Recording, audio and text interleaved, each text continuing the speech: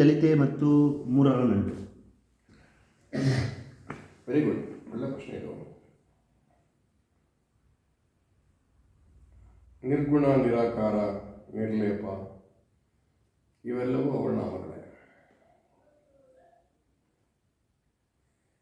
ಈ ನಿರ್ಗುಣ ಏನು ಇಲ್ಲದೆ ಇರುವಂಥದ್ದು, ನಿರಾಕಾರ ಆಕಾರ ಇಲ್ಲದೆ ಇರುವಂಥದ್ದು. ಈ ನಿರ್ಗುಣ ಸಗುಣವಾದ ತಕ್ಷಣವೇ ಆಕಾರ ಬಂದ್ಬಿಡ್ತು. ಅಂದರೆ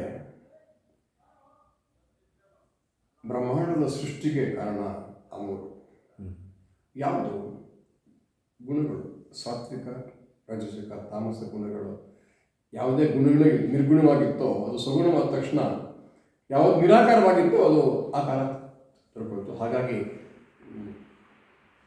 ಆ ಮೂರಕ್ಕೂ ತಾಯಿಗೂ ಸಂಬಂಧ ಆಯಿತು.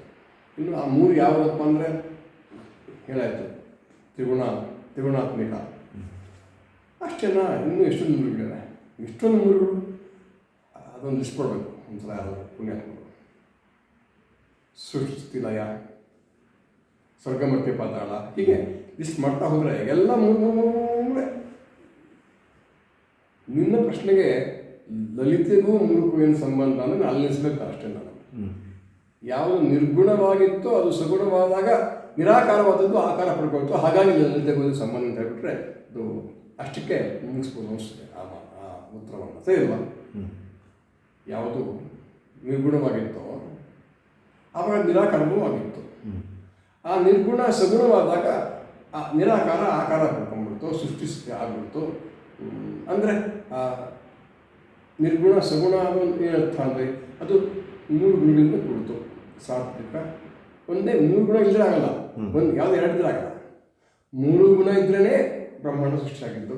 ಹಾಗಾಗಿ ಸೃಷ್ಟಿಕರ್ತ್ರಿ ಅವಳು. ಸೃಷ್ಟಿಕರ್ತ್ರಿ ಬ್ರಹ್ಮರೂಪ ಗೋಪ್ತಿ ಗೋವಿಂದ ರೂಪಿಣಿ ನಾನು ತಗೊಂಡ್ರೆ ಸೃಷ್ಟಿಕರ್ತ್ರಿ ಅವಳು ಅಂದಾಗ ಈ ಬ್ರಹ್ಮಾಂಡದ ಸೃಷ್ಟಿಯನ್ನು ಅವಳು ಮಾಡಿದ್ದಾಳೆ ಅಂದಾಗ ನಿರಾಕಾರದ ಆಕಾರಕ್ಕೆ ತಗೊಳ್ತು, ನಿರ್ಗುಣ ಸುಗುಣವಾಯಿತು. ಹಾಗಾಗಿ ಈ ಮೂರು ಗುಣಗಳೇ ಅವಳು ಅಷ್ಟೆ. ಹಾಗೆ ಲಲಿತೆಗೂ ಮೂರಕ್ಕೂ ಸಂಬಂಧ. ಕಾದಿ, ಹಾದಿ ಮತ್ತು ಕಹಾದಿ ಈ ಮಾರ್ಗಗಳಲ್ಲಿ ಶ್ರೀವಿದ್ಯಾ